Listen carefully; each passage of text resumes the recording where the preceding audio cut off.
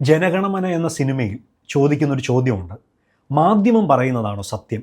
സത്യം പറയാനാണോ മാധ്യമങ്ങൾ? സത്യം പറയുന്നൊരു മനുഷ്യനെയാണ് യുവശബ്ദം ചാനൽ നിങ്ങളുടെ മുമ്പിൽ അവതരിപ്പിക്കുന്നത്. മാധ്യമരംഗത്ത് നിരവധി അവാർഡുകൾ സ്വന്തമാക്കിയ, അന്വേഷണാത്മക പ്രവർത്തനങ്ങൾക്ക് നേതൃത്വം നൽകുന്ന, കൃത്യത കൊണ്ട് വാർത്താശേഖരണത്തിലെയും അറിവിലെയും കൃത്യത കൊണ്ട് മലയാളികൾ മനസ്സിലേറെ ഇടം നൽകുന്ന ശ്രീ ടോം കുര്യാക്കോസുമായിട്ടുള്ള ഒരു സംഭാഷണമാണ് അഡ്വക്കേറ്റ് രേണുക നടത്തുന്ന സംഭാഷണം. നിങ്ങൾക്ക് യുവശബ്ദം ചാനലിൽ കാണാം. താങ്കൾ ആദ്യമായി എങ്ങനെയാണ് ഈ മാധ്യമ രംഗത്തിലേക്ക് കടന്നു വന്നത്? ആ സംഭവം ഒന്ന് വിവരിക്കാവോ? ഞാൻ ഒരു ഡിഗ്രിയൊക്കെ പഠിക്കുന്ന സമയത്ത്, ഡിഗ്രി പഠിക്കുന്ന അന്ന് വിദ്യാർത്ഥി രാഷ്ട്രീയത്തിലൊക്കെ വളരെ സജീവമായിട്ടുണ്ടായിരുന്നതാണ്. ഡിഗ്രി കഴിഞ്ഞ് പൊതുവെ രാഷ്ട്രീയ രംഗത്തേക്ക് ഇറങ്ങണം എന്നായിരുന്നു ആഗ്രഹം. പക്ഷേ എൻ്റെ മമ്മിക്ക് ഈ രാഷ്ട്രീയത്തോട് പൂർണ്ണമായി വിയോജിച്ചു. മാത്രമല്ല, ഞാനൊരു മാധ്യമ പ്രവർത്തകനാകണമെന്ന് ആഗ്രഹിച്ച എൻ്റെ മമ്മിയാണ്.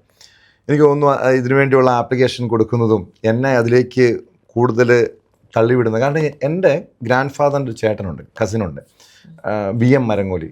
അദ്ദേഹം മലയാള മനോരമയുടെ ഡൽഹി ബ്യൂറോ ചീഫായിരുന്നു. അദ്ദേഹത്തിൻ്റെ ഒരു ജീവിതം പലപ്പോഴും നമ്മളെ സ്വാധീനിച്ചിട്ടുണ്ട്. ഞങ്ങളുടെ കുടുംബത്തിലെല്ലാവരിലും വലിയ സ്വാധീനിച്ച ഒരു മനുഷ്യനാണ്, വലിയ മനുഷ്യനാണ്. അദ്ദേഹത്തെ പോലെ ഒരു മാധ്യമപ്രവർത്തകനാകണം എന്നതായിരുന്നു എൻ്റെ മമ്മിയുടെ ആഗ്രഹം, ഞാൻ ആകണം എന്നുള്ളത്. പക്ഷേ എനിക്ക് ആഗ്രഹമില്ലായിരുന്നു. പക്ഷേ ഞാൻ ജേർണലിസ്റ്റിന് ചേർന്നു. അതിനുശേഷം ജേർണലിസം കഴിഞ്ഞ് LLBക്ക് പോകണം, പിന്നീട് വീണ്ടും രാഷ്ട്രീയത്തിൽ സജീവമാണെന്നൊക്കെ ആഗ്രഹങ്ങളുണ്ടായിരുന്നു. പക്ഷെ നിർഭാഗ്യവശാൽ അതിലേക്ക് പോകാൻ സാധിച്ചില്ല. ഞാൻ നിർഭാഗ്യമാണോ ഭാഗ്യമാണോ എന്നറിയില്ല. ഈ ജേർണലിസം കോഴ്സ് കഴിഞ്ഞ് ഉടൻ തന്നെ ഞാൻ ദീപിക പത്രത്തിൽ, അതായത് കോഴ്സ് കഴിഞ്ഞ് 3-ാമത്തെ ദിവസം ഞങ്ങളുടെ ബാച്ചിൽ ഏറ്റവും ആദ്യം ജോലി കിട്ടുന്ന ആളെ എനിക്കാണ് ജോലി കിട്ടുന്നത്. അങ്ങനെ ദീപിക പത്രത്തിൽ 1 വർഷം ജോലി ചെയ്യുന്നു. ആ സമയം ഇടയ്ക്ക് വെച്ച് അന്നൊന്നും വലിയ ശമ്പളമൊന്നുമില്ല, ഇന്നത്തെ കാലഘട്ടം പോലെയല്ല. ഇന്ന് വിഷ്വൽ മീഡിയകൾ കൂടുതൽ വന്നു. മാധ്യമപ്രവർത്തകർക്ക് ഈ പറയുന്ന പോലെ IPL ലേലം വിളിക്കുന്നത് പോലെ ലേലം വിളിച്ച് കൊണ്ടുപോകാനായി ആളുകളുണ്ട്, പല മാധ്യമങ്ങളും ഉണ്ട്. അന്ന് വലിയ ശമ്പളമൊന്നും ഇല്ലാത്ത സമയം. എനിക്ക് തോന്നുന്നു തുടക്കത്തിൽ 3000 രൂപയാണ് ശമ്പളം ദീപിക പത്രത്തിൽ. നമുക്ക് എത്ര നാൾ പിടിച്ചിരിക്കാൻ പറ്റും? അധികം നാളുകൾ മുമ്പല്ല, 2009 കാര്യമാണ് ഞാൻ പറഞ്ഞത്. 2009 എന്ന് പറയുമ്പോൾ ഒരു 16-17 വർഷം മുമ്പ് 3000 രൂപ ശമ്പളം. 3000 രൂപ. ഞാൻ അവിടെ നിന്ന് ദീപിക എന്ന് പതിയെ രാജിവെച്ചിറങ്ങുക, ഈ പണി നിർത്തിയേക്കാമെന്ന് വിചാരിച്ചു. അപ്പോൾ അതിനിടെ എനിക്കൊരു MBA ഞാൻ ചെയ്തായിരുന്നു. പതിയെ ആ ഒരു മാർക്കറ്റിംഗ് രംഗത്തേക്ക് ഇറങ്ങി. അതിനുശേഷമാണ് എനിക്ക് മനസ്സിലായത് ഞാനൊരു മാർക്കറ്റിംഗ് രംഗത്തേക്ക് ഇറങ്ങേണ്ട ആളല്ല, ഒരു മാധ്യമപ്രവർത്തന ആളാണ്. നമ്മൾ തിരിച്ചു വിളിക്കുമെന്ന് പറഞ്ഞേക്കാറില്ലേ ചില നമ്മുടെ ഈ പറയുന്ന പോലെ. അങ്ങനെ ഒരു എന്നെ തിരിച്ചു വിളിക്കുന്ന നേരെ മനോരമ ചാനലിൽ എനിക്ക് ജോലി കിട്ടുന്നു. എനിക്ക് തോന്നുന്നു അതും എൻ്റെ മമ്മി എല്ലാ ദിവസവും പത്രം വായിക്കും. വന്ന് മനോരമയിൽ ട്രെയിനി ജേർണലിസ്റ്റുകൾ വിളിക്കുക. ഞാൻ പറഞ്ഞു ഞാൻ പോകുന്നില്ല, ഒരു താല്പര്യമൊന്നും എനിക്കില്ല, കാരണം ഞാൻ ഈ മാർക്കറ്റിങ്ങിൽ നിൽക്കുക. പക്ഷേ മമ്മിയുടെ നിർബന്ധപ്രകാരം മനോരമയിൽ ടെസ്റ്റ് എഴുതി. ആ ഒരു ജസ്റ്റ് ആപ്ലിക്കേഷൻ അയച്ചു, ടെസ്റ്റ് എഴുതി, ഇൻ്റർവ്യൂവിന് ചെന്നു. ഇൻ്റർവ്യൂ ചെയ്ത് കഴിഞ്ഞപ്പം ഒരുപക്ഷെ ദൈവത്തിൻ്റെ കൃപയാകാം, എനിക്ക് മനോരമയിൽ ട്രെയിനിങ് ജേർണലിസ്റ്റായി ജോലി കിട്ടി. പിന്നെ അതിനുശേഷം ആദ്യം 1 വർഷം എന്നൊക്കെ പറഞ്ഞാൽ, 1-2 വർഷം എന്നൊക്കെ പറഞ്ഞാൽ അത് കഠിനമായിരുന്നു എന്ന് പറയാം. കാരണം ട്രെയിനിങ് പീരീഡ് അല്ല ഞാൻ പറയാം, ട്രെയിനിങ്ങിൻ്റെ സ്വഭാവത്തെക്കുറിച്ചല്ല പറഞ്ഞത്. നമുക്ക് റിപ്പോർട്ടിംഗ് രംഗത്തേക്ക് എനിക്ക് അത്ര തിളങ്ങാൻ പറ്റിയില്ല. അതിനുശേഷം ഡെസ്കിലേക്ക് വന്നു. ഒരു വർഷത്തോളം നൈറ്റായിരുന്നു, കൂടുതൽ നൈറ്റ് ഷിഫ്റ്റാണ്. നമ്മൾ പുറംലോകം പോലും കാണത്തില്ല. രാവിലെ കിടന്ന് ഉറങ്ങും, രാത്രി വരും, പുലർച്ചെ രാവിലെ എഴുന്നേറ്റ് വീട്ടിൽ പോകും. പിന്നെ ഇതേ ഒരു ദിനചര്യ അങ്ങനെയായിരുന്നു. പതിയാണ് സ്പോർട്സ് ജേർണലിസം ആദ്യം ഒന്ന് പയ്യെ സ്പോർട്സ് വാർത്തകളൊക്കെ ഞാൻ പതിയെ ചെയ്യാൻ തുടങ്ങി, സ്പോർട്സ് വാർത്തകൾ അവതരിപ്പിക്കാൻ തുടങ്ങി. അതിനുശേഷം ക്രൈം പ്രോഗ്രാം, കുറ്റപത്രം എന്ന് പറഞ്ഞ ക്രൈം പ്രോഗ്രാം അവതരിപ്പിക്കാൻ തുടങ്ങി.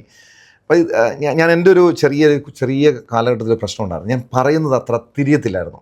ഇത് മാത്രമല്ല, നമ്മൾ തനി നാട്ടിൻപുറത്ത് നിന്ന് വരുന്ന ഒരാളാണ്. അത് കോട്ടയം ജില്ലയിലെ തലവലപ്പറമ്പിനടുത്ത് ഒരു വടകര എന്നൊരു സ്ഥലമുണ്ട്, തനി ഒരു ഗ്രാമമാണ്. അവിടെ നിന്ന് വരുന്ന ആ ഒരു കൊളോക്കിയൽ സ്ലാങ്ങൊക്കെ നമ്മുടെ ഈ പറയുന്ന സംസാര ഭാഷയിലേക്ക് കടന്നു വരും. അപ്പോൾ അതുകൊണ്ട് തന്നെ തുടക്കത്തിൽ അതിനെ മറികടക്കുക എന്ന് പറഞ്ഞാൽ അത്ര വലിയ ബുദ്ധിമുട്ടായിരുന്നു. അങ്ങനെ പക്ഷേ പതിയെ അത് പ്രാക്ടീസ് ചെയ്തു. വാർത്ത വായിക്കണമെന്നൊരു ആഗ്രഹം നമ്മുടെ ഉള്ളിൽ വന്നു. അപ്പോൾ ഞാൻ എല്ലാ ദിവസവും നമ്മുടെ കണ്ണാടിയുടെ മുന്നിൽ പോയി നിന്ന് വാർത്ത വായിക്കും, പത്രങ്ങളെടുത്ത് വാർത്ത വായിക്കും. അപ്പോൾ വാർത്ത വായിക്കുന്നതിന് പോലും വളരെ സ്ഫുടത നമുക്ക് കിട്ടാമെന്ന് പറഞ്ഞൊരു ബുദ്ധിമുട്ടാണ്. അത് ട്രൈ ചെയ്ത് ഭയങ്കരമായിട്ട് അതിനുവേണ്ടി പരിശ്രമിച്ചു, ആഗ്രഹിച്ചു. പതിയെ വാർത്ത അവതരണത്തിലേക്ക് കയറി. അങ്ങനെ മനോരമയിൽ നിന്നും കുറച്ച് നാൾ കഴിഞ്ഞപ്പോൾ ഞാൻ ഒരു 8 വർഷത്തോളം മനോരമയിൽ ജോലി ചെയ്തു. അതിനുശേഷമാണ് 24ലേക്ക് വരുന്നത്. 24ൽ ഞാൻ കൊച്ചി റീജിയണൽ ഹെഡായിരുന്നു. എനിക്ക് വന്നത് എനിക്കൊരു 31-ാമത്തെ വയസ്സിൽ കൊച്ചി റീജിയണൽ ഹെഡായി 24ലേക്ക് പോയിരുന്നു. അതിനുശേഷം 24ൽ ഇൻപുട്ട് ഡെസ്കിൻ്റെ ഹെഡായിരുന്നു.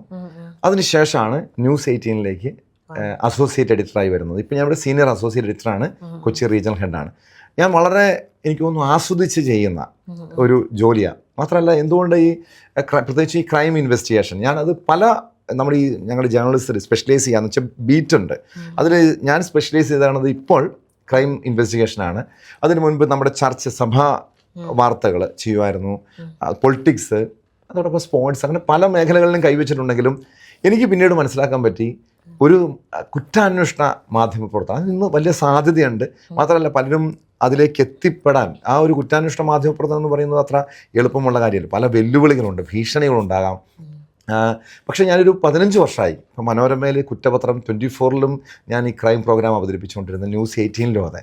അങ്ങനെ വളരെ ആസ്വദിച്ചു ഈ ജോലി മുന്നോട്ട് പോകുന്നുണ്ട്. അതിനിടെ പല വെല്ലുവിളികളുമുണ്ട്. താങ്കൾ പറഞ്ഞല്ലോ ഇത് ഒരുപാട് വെല്ലുവിളികൾ നിറഞ്ഞൊരു മേഖലയാണ്.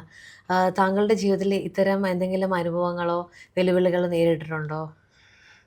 പ്രത്യേകിച്ചും ഈ കഴിഞ്ഞ കാലയളവിൽ പല വെല്ലുവിളികൾ നിറഞ്ഞ ഒരു സാഹചര്യങ്ങളിലൂടെ കടന്നു പോയിട്ടുണ്ട്. പ്രത്യേകിച്ചൊരു ഇൻവെസ്റ്റിഗേഷൻ ജേർണലിസം. ഞാൻ മനുഷ്യക്കടത്തിനെതിരെ വാർത്തകൾ ചെയ്തു, സെക്സ് റാക്കറ്റിനെതിരെ വാർത്ത ചെയ്തു, കൊച്ചിയിലെ ഗുണ്ട സംഘങ്ങൾക്കെതിരെ വാർത്ത ചെയ്തിട്ടുണ്ട്, ഡ്രഗ് മാഫിയക്കെതിരെ. ഇത് വാർത്ത ചെയ്യുമ്പോൾ നമ്മൾ പലപ്പോഴും ചിന്തിക്കാറില്ല അതിനപ്പുറം അതിന് പിന്നിൽ മറ്റൊരു വെല്ലുവിളി ഉണ്ടാകാം, മറ്റൊരു ഭീഷണി ഉണ്ടാകാം. നമ്മുടെ ഒരു വലിയ ആ ഒരു സത്യം തേടിയുള്ള നമ്മുടെ ഒരു യാത്രയാണ്. അപ്പോൾ അങ്ങനെ വന്നപ്പോൾ 1-2 തവണ വലിയ പ്രശ്നമുണ്ടായി. ഒന്ന് ഞാൻ 24-ൽ വെച്ചാണ് ഒരു സെക്സ് റാക്കറ്റിനെതിരെ ഒരു വാർത്ത ചെയ്തപ്പോൾ. അന്ന് ഈ പറയുന്ന ഫോണിൽ ഭീഷണി, ഞങ്ങളുടെ ഓഫീസിൽ ഈ വലിയ സംഘങ്ങൾ എത്തുന്നു, അങ്ങനെയുള്ള സംഭവങ്ങളുണ്ടായി. അതിനുശേഷം ഞാൻ ന്യൂസ് 18-ൽ കൊച്ചിയിലൊരു പ്രമുഖ ഗുണ്ട, പെരുമ്പാവൂർ അനസ് എന്ന് പറഞ്ഞ ഒരു ഗുണ്ടാ തലവനുണ്ട്. ഈ അനസിനെതിരെ ഞാനൊരു ഇൻവെസ്റ്റിഗേഷൻ നടത്തുന്നു.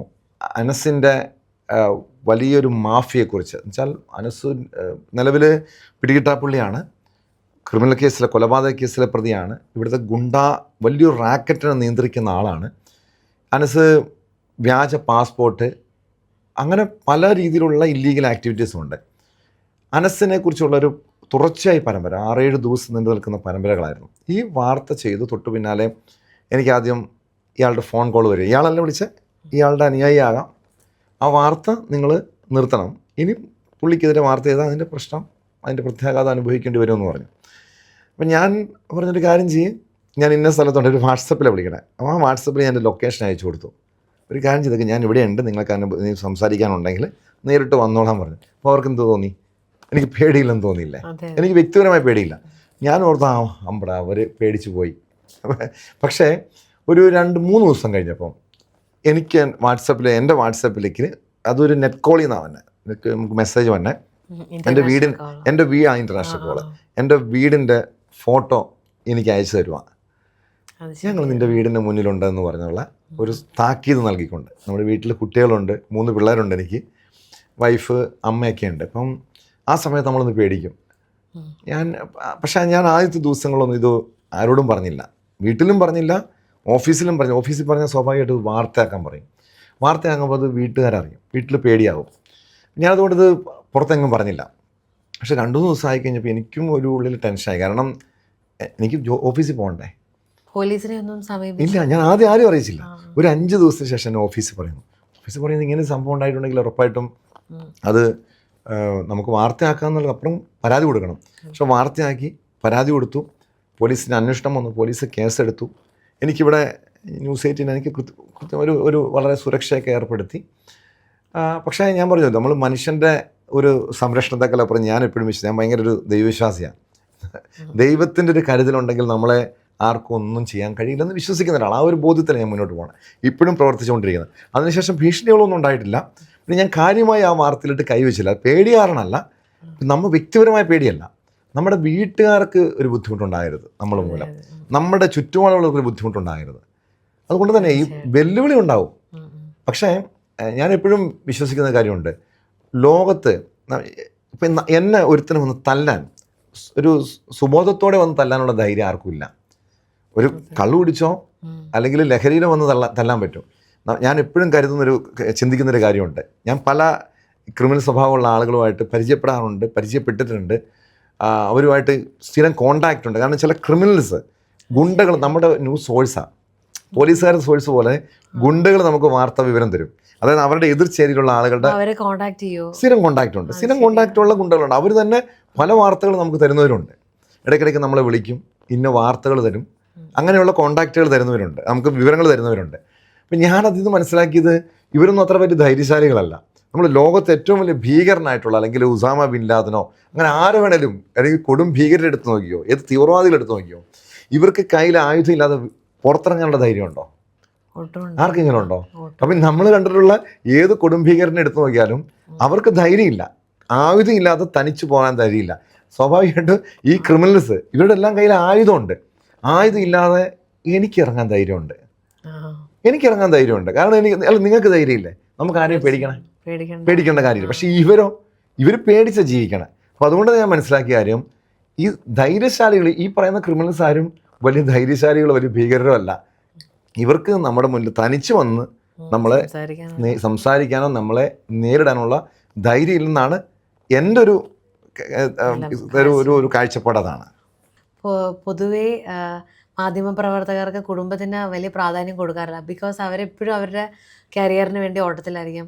പക്ഷേ താങ്കൾ അതിൽ നിന്നെല്ലാം വ്യത്യസ്തനാണ്. കുടുംബത്തിന് ഒരുപാട് പ്രാധാന്യം കൊടുക്കുന്ന ഒരു വ്യക്തിയാണ്. അപ്പോൾ അതിനെക്കുറിച്ച് എന്താണ് പറയാനുള്ളത്? അതൊരു പരിധിവരെ ഒരു വസ്തുതയാണ്. കാരണം നമ്മുടെ ഈ ജോലി തിരക്കിനിടയിൽ നമ്മൾ കുടുംബത്തിന് വേണ്ടി സമയം മാറ്റിവെക്കാൻ പലപ്പോഴും പല മാധ്യമപ്രവർത്തകർക്കും കഴിയാറില്ല. പക്ഷെ ഞാൻ എൻ്റെ ഒരു ജീവിതത്തിൽ ഞാൻ എപ്പോഴും എല്ലാ ദിവസവും ജോലി കഴിഞ്ഞ് വീട്ടിൽ പോകാൻ ആഗ്രഹിക്കുന്ന, മക്കളോടൊപ്പം കുടുംബത്തോടൊപ്പം സമയം ചെലവഴിക്കാൻ ആഗ്രഹിക്കുന്ന വ്യക്തിയാണ്. എൻ്റെ കാരണം മറ്റൊന്നുമല്ല, എനിക്ക് 4 വയസ്സുള്ളപ്പോഴാണ് എനിക്ക് എൻ്റെ അപ്പനെ നഷ്ടപ്പെടുന്നത്.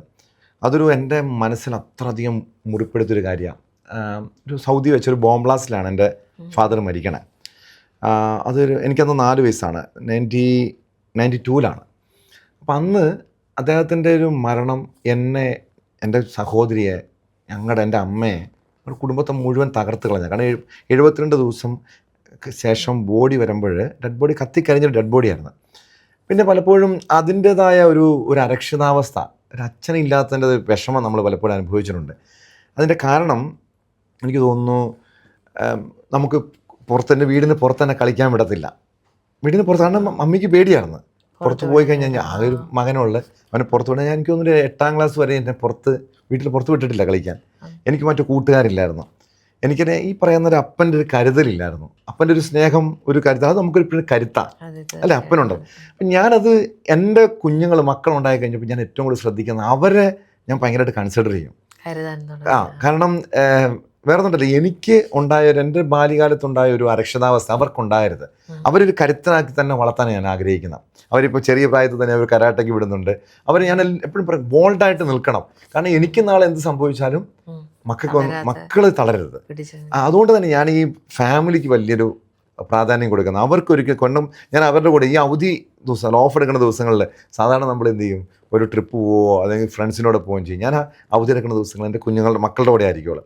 അവരുടെ കൂടെ ഇരുന്ന് കളിക്കുകയും അവരുടെ കൂടെ, അവർക്ക് വേണ്ടി ഇപ്പോൾ ഞാനൊരു എൻ്റെ നാട്ടിൽ എൻ്റെ വീടിനോട് ചേർന്നൊരു പാർക്ക് ചെയ്യുന്നുണ്ട്, ഒരു ചിൽഡ്രൻസ് പാർക്ക്. അല്ല, ഇത് എൻ്റെ നിർമ്മാണം നടന്നുകൊണ്ടിരിക്കുക. അത് വേറെ ഒന്നുകൊണ്ടല്ല, എനിക്ക് പലപ്പോഴും ഈ പാർക്കിൽ കൊണ്ടുപോകാൻ, ഞങ്ങൾക്ക് ഒരു ദിവസം ഞാൻ ഓഫ് മാത്രം എടുക്കുന്ന ഒരാളാണ്. അപ്പോൾ പലപ്പോഴും അവരെ പാർക്കിൽ കൊണ്ടുപോകാനോ മറ്റൊന്നും എനിക്ക് സാധിക്കാറില്ല. ഞാനിപ്പോൾ അവർക്ക് വേണ്ടി ഒരു പാർക്ക് എന്ന് വെച്ചാൽ എൻ്റെ വീടിനോട് ചേർന്നുള്ള ഒരു സ്ഥലത്ത്, 50 സെൻറ്റ് സ്ഥലത്ത്. അപ്പം ഞാനപ്പോൾ ചിന്തിച്ചു, എൻ്റെ നാട്ടിൽ എൻ്റെ പിള്ളേർ മാത്രമല്ല, എൻ്റെ നാട്ടിലെ പിള്ളേർ, കാരണം ഇന്നത്തെ കാലത്ത് പിള്ളേർ മറ്റ് അയൽവാസികൾ തമ്മിൽ വലിയ സമ്പർക്കമില്ല. അപ്പം കാരണം എനിക്ക് കിട്ടിയിട്ടില്ല അത് കാര്യമായി. അപ്പം ഞാൻ എൻ്റെ കുട്ടികൾ, നാട്ടിലുള്ള കുട്ടികളുമായിട്ടൊരു സമ്പർക്കം ഉണ്ടാകണം. അപ്പം എനിക്ക് പലപ്പോഴും അവരെ പുറത്ത് കളിക്കാൻ കൊണ്ടുപോകാൻ സമയം കിട്ടാറില്ല. അതുകൊണ്ട് തന്നെ എൻ്റെ വീടിനോട് ചേർന്ന് അതിൻ്റെ നിർമ്മാണം അവസാന 1 മാസത്തിനുള്ളിൽ പാർക്കിൻ്റെ നിർമ്മാണ പ്രവർത്തനം പൂർത്തിയാകും. അപ്പോൾ ഞാനത് ലോൺ എടുത്ത് ചെയ്യുന്ന, കാരണം അവർക്ക് മാക്സിമം അവരുടെ ഒരു കുട്ടിക്കാലം അവരെ ആസ്വദിച്ച് വളരണം. ഞാൻ കുട്ടിക്കാലം ഒട്ടും ആസ്വദിക്കാത്ത ഒരാളാണ്. പക്ഷെ എൻ്റെ മക്കളും അത് ആസ്വദിച്ച് വളരണം എന്ന് ആഗ്രഹിക്കുന്നുണ്ട്. എൻ്റെ വീട്ടിലോട്ട് വന്നു കഴിഞ്ഞാലും കാണാം, മക്കൾക്ക് വേണ്ടിയാണ് എല്ലാം ഞാൻ ചെയ്യുന്നത്. സത്യം പറഞ്ഞാൽ എൻ്റെ ജീവിതം പോലും ആർക്ക് വേണ്ടിയാണെന്ന് ചോദിച്ചാൽ ഞാൻ പറയും, എൻ്റെ കുഞ്ഞുങ്ങൾക്ക്, അവർക്കൊരു ബുദ്ധിമുട്ടോ ഒരു പ്രയാസം ഉണ്ടായിരുന്നു. ഒരു പക്ഷേ ഈ നേരത്തെ ഈ വെല്ലുവിളി ഭീഷണി ഉണ്ടായപ്പം പോലും ഞാൻ എന്തുകൊണ്ട് ആ വാർത്തയിൽ നിന്ന് പിന്നോട്ട് പോയെന്ന് വെച്ചാൽ എൻ്റെ മക്കളെ, കുടുംബത്തെ ഓർത്താ. IPL ലേലം വിളിച്ച് കളിക്കാരെ സ്വന്തമാക്കുന്നത് പോലെയാണ് ഇന്നത്തെ മാധ്യമ രംഗത്ത് എല്ലാ ചാനലുകളും മാധ്യമ പ്രവർത്തകരെ സ്വന്തമാക്കുന്നത്. ഈ ഒരു കാലഘട്ടത്തിൽ താങ്കൾ അവനവൻ്റെ കയ്യിൽ നിന്ന് ലോൺ എടുത്ത് സ്വന്തം കുഞ്ഞുങ്ങളോടൊപ്പം തന്നെ സമൂഹത്തിലെ മറ്റു കുഞ്ഞുങ്ങളെ കൂടി കരുതിക്കൊണ്ട് ഒരു പാർക്ക് നിർമ്മാണത്തെക്കുറിച്ച് പറഞ്ഞു. ഇതിനുണ്ടായ പ്രചോദനം എന്താണ് ശരിക്കും? അതൊരു എൻ്റെ അപ്പൻ്റെ ഓർമ്മയ്ക്ക് വേണ്ടി എനിക്ക് എന്തെങ്കിലും ചെയ്യണം, നാട്ടിൽ എന്തെങ്കിലും ചെയ്യണമെന്നൊരു ആഗ്രഹം ഉണ്ടായിരുന്നു. അപ്പം ഞാൻ അതിനുവേണ്ടി എൻ്റെ ഒരു ഫാദറിൻ്റെ ഓർമ്മയ്ക്ക് വേണ്ടി അത് ചെയ്യുന്നത്, ഈ പാർക്ക് ചെയ്യുന്നത്. അത് എൻ്റെ നാട്ടിലെ എൻ്റെ കുട്ടികൾക്ക് കളിക്കാം, അതോടൊപ്പം നാട്ടിലെ കുട്ടികൾക്ക് വന്ന് കളിക്കാനും, അതോടൊപ്പം എൻ്റെ ഫാദറിൻ്റെ, എൻ്റെ അപ്പൻ്റെ പഴയ കൂട്ടുകാരുണ്ട്. ഇപ്പോൾ ഒരു പക്ഷേ എൻ്റെ ഫാദർ ഇപ്പം ജീവിച്ചിരിക്കുന്നുണ്ടെങ്കിൽ അദ്ദേഹത്തിൻ്റെ പ്രായം 66 വയസ്സ്, സീനിയർ സിറ്റിസണാണ്. ഈ സീനിയർ സിറ്റിസണായിട്ടുള്ള ആളുകൾക്കും വന്ന് അവിടെ സംസാരിക്കാനും അവർക്ക് സമയം ചെലവഴിക്കാനും ജോഗിങ്ങിനും ഒക്കെ ഉള്ളൊരു സ്ഥലമാണത്. ആ രീതിയിലാണ് അത് ചെയ്യുന്നത്. എന്നുവെച്ചാൽ കുട്ടികൾക്ക് മാത്രമല്ല, പ്രായമുള്ളവരൊക്കെ. പക്ഷെ എൻ്റെ ചെറിയൊരു ഫീസ് വയ്ക്കുന്നത്, വലിയ ഫീസും അല്ല, നമ്മൾ വലിയ പാർക്ക് വയ്ക്കുന്ന പോലല്ല. നമ്മൾ സാധാരണ നമ്മുടെ ഈ പബ്ലിക് പാർക്കുകളുണ്ടല്ലോ, ഈ പറയുന്ന നഗരസഭകളുടെയും പഞ്ചായത്തിൻ്റെയൊക്കെ പാർക്ക്, അവിടെ ഈടാക്കുന്ന ആ എമൗണ്ട് എവിടെ ഈടാക്കുന്നുള്ളു, ഇവിടെ ചെറിയൊരു എമൗണ്ട്. അത് വെക്കുന്ന വരുന്നുണ്ടല്ല, ഈ പറയുന്ന അതൊരു ഫ്രീ ഓപ്പൺ ആക്കി ഇട്ട് കഴിഞ്ഞാൽ നാളെ ഈ പറയുന്ന സാമൂഹ്യ വിരുദ്ധ കയറാം, എല്ലാവർക്കും കയറാൻ പറ്റും. അപ്പം ഞാൻ അതിൻ്റെ അകത്ത് അത് ചെറിയ രീതിയിലൊരു ഇതായിട്ടുള്ള അങ്ങേറ്റം ഞാൻ പറയുന്ന കാര്യമുണ്ട്. നിങ്ങൾക്ക് പട്ടി കടിക്കാതെ നമുക്ക് സുരക്ഷിതമായി ഫുൾ കോമ്പൗണ്ട് മുഴുവനും മൊത്തം ഫെൻസ് ചെയ്ത് ആ രീതിയിലാണ് അത് ചെയ്യണത്.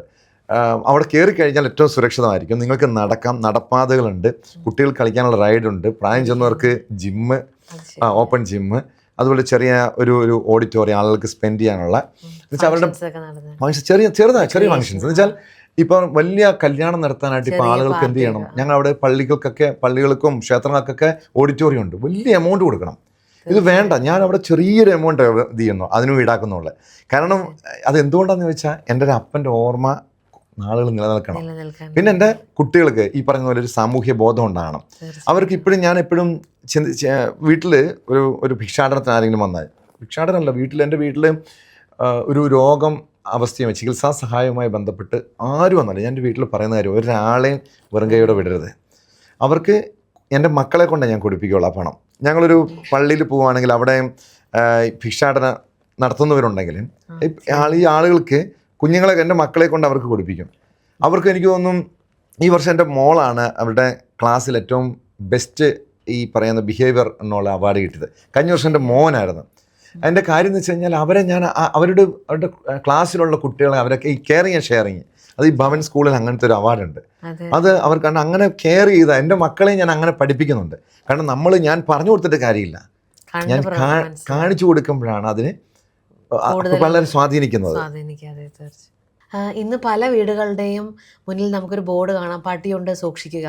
ഇതിൻ്റെ പ്രധാന ഉദ്ദേശം തന്നെ ആരും കഷ്ടപ്പാടുള്ളവരും പാവപ്പെട്ടവരും ഭിക്ഷാടനക്കാരും പ്രവേശിക്കരുതെന്നുള്ള ഉദ്ദേശത്തോടെയാണ് ഇവരെല്ലാവരും ബോർഡ് വയ്ക്കുന്നത്. ഇങ്ങനെയുള്ള ഈ സാഹചര്യത്തിൽ അങ്ങ് സ്വന്തം മക്കൾക്ക് കാശ് കൊടുത്ത് അവരെ സഹായിക്കാൻ വേണ്ടി പ്രേരിപ്പിക്കുകയും പ്രചോദിപ്പിക്കുകയും ചെയ്തുകൊണ്ടിരിക്കുകയാണ്. അപ്പോൾ ഇന്നത്തെ സമൂഹത്തോടും യുവതലമുറയോടും അങ്ങേക്ക് പറയാനുള്ളത് എന്താണ്? ഈ പണത്തിൻ്റെ മൂല്യം ശരിക്കും അനുഭവിച്ച് വളർന്ന ഒരാളാണ് ഞാൻ.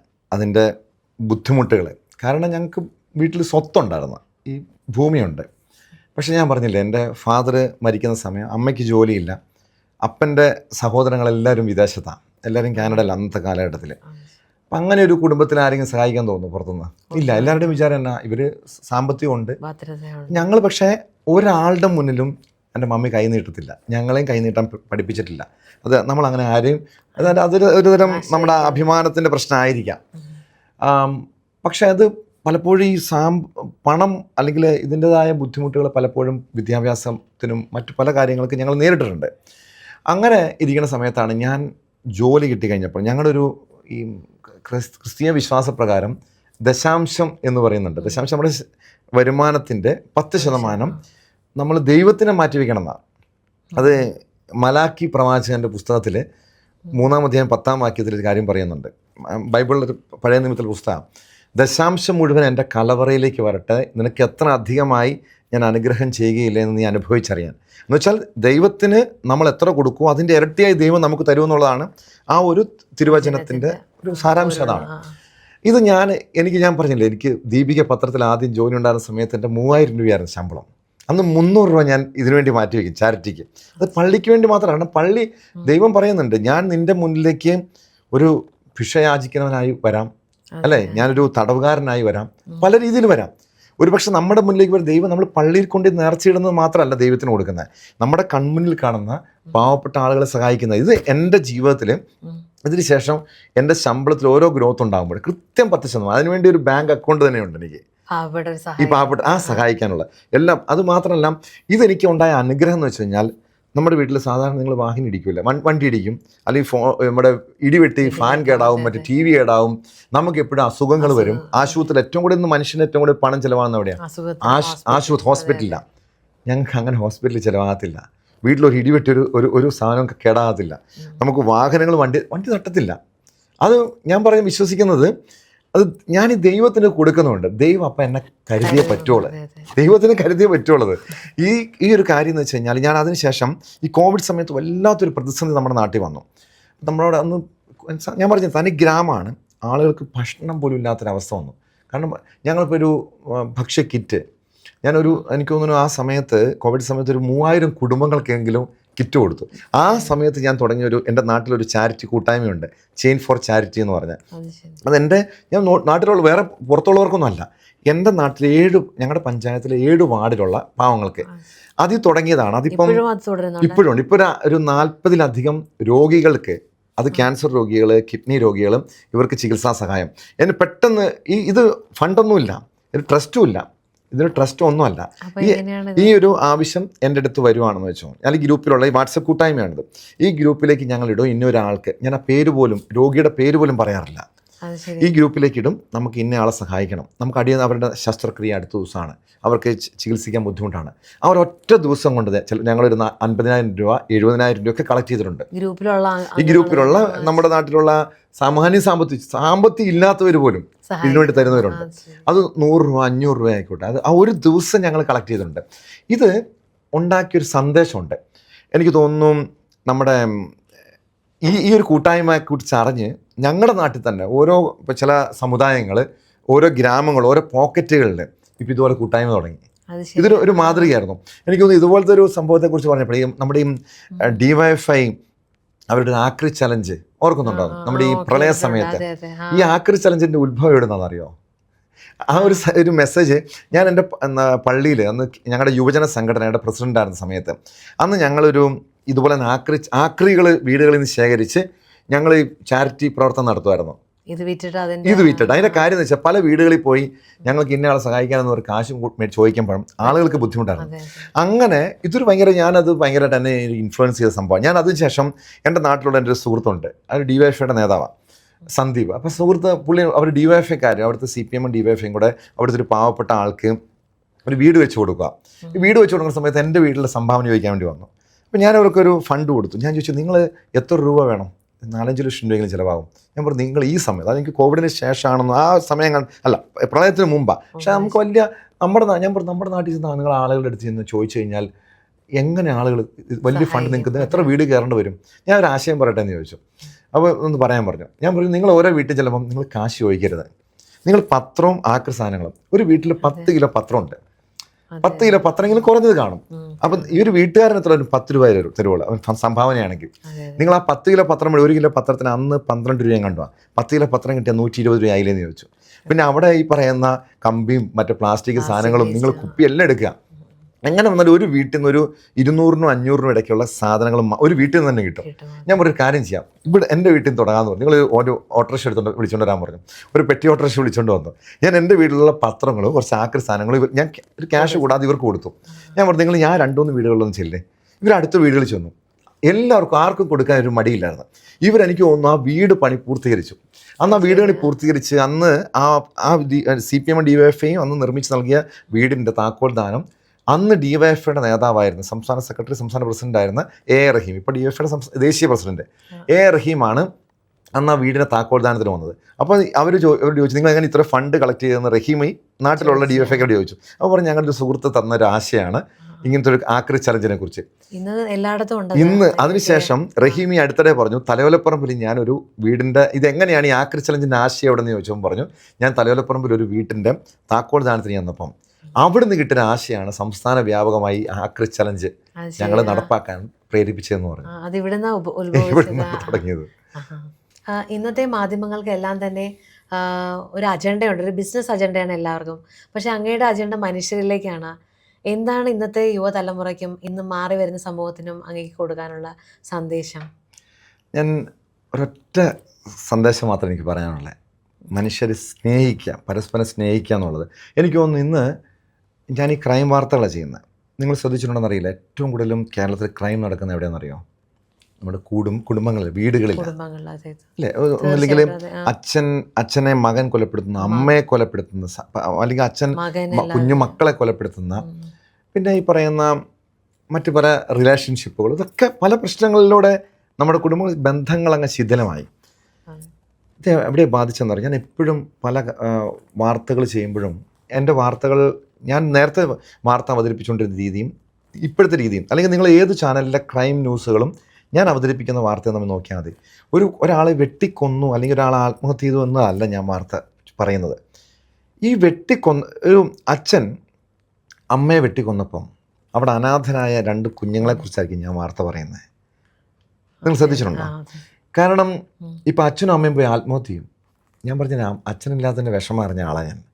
അമ്മയില്ലാത്ത കുഞ്ഞുങ്ങളുടെ വേദന അല്ലേ? ഒരു സ്ത്രീകളാണ്, പെൺകുട്ടികളാണെങ്കിൽ ഈ അമ്മയില്ലാതെ ആ കുഞ്ഞ് വളർന്നൊരു സാഹചര്യത്തെക്കുറിച്ച് ചിന്തിക്കാൻ പറ്റുമോ? ചിന്തിക്കാൻ പറ്റില്ല. ഞാൻ എപ്പോഴും എൻ്റെ മക്കളെക്കുറിച്ച് ചിന്തിക്കും. ഇപ്പം അച്ഛനും അമ്മയും പോയി, ഞങ്ങൾ ഭാര്യയും ഭർത്താവും ഞങ്ങൾ വഴക്കിടും വീട്ടിൽ. ഞാൻ എപ്പോഴും പറയും, നമ്മുടെ മക്കളുടെ മുന്നിൽ വെച്ച് ഞങ്ങൾ വഴക്കിടും. ഞങ്ങൾ ഒരിക്കലും വഴക്കിടില്ല. മക്കളുടെ മുന്നിൽ ഞങ്ങൾ സ്നേഹം, ഞാൻ പറയും വഴക്കിടും, വഴക്കുണ്ടാണല്ലേ? വഴക്കുണ്ടാകും, ചെറിയ വഴക്കുണ്ടാകും, കൂട്ടുകൂടും. പക്ഷേ ഞങ്ങളുടെ മക്കളുടെ മുന്നിൽ ഞങ്ങൾ സ്നേഹിക്കാൻ മാത്രം. അവരോട് എപ്പോഴും പറയും. പിന്നെ മറ്റൊരു കാര്യം പറയും, മറ്റുള്ളവരെ കണ്ട് നിങ്ങൾ വളരണ്ട.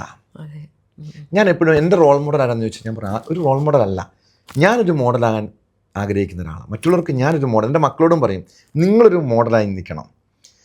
അവരോട് വേറൊരു കാര്യമാണ് ഞാൻ പറഞ്ഞു കൊടുക്കുന്ന കാര്യമുണ്ട്, മറ്റുള്ളവരുടെ അസൂയയും കുശുമ്പും പാടില്ലെന്ന്. ഇന്നത്തെ നമ്മുടെ സമൂഹത്തിൻ്റെ മറ്റൊരു പ്രശ്നം അതാണ്. നമ്മൾ അസൂയയും കുശുമ്പും അത്യാഗ്രഹവും ഇതാണ് നമ്മളൊരു തിന്മയിലേക്ക് നയിക്കുന്നത്. നമ്മൾ ഉള്ളതിൽ നമ്മൾ സംതൃപ്തിപ്പെട്ടാൽ, എൻ്റെ കുടുംബത്തിൽ ഞാൻ സംതൃപ്തിപ്പെട്ടാൽ എനിക്ക് മറ്റേതിനെക്കുറിച്ച് ആലോചിക്കേണ്ട കാര്യമില്ല. എൻ്റെ സമ്പത്തിൽ ഞാൻ സംതൃപ്തിപ്പെട്ടാൽ മതി.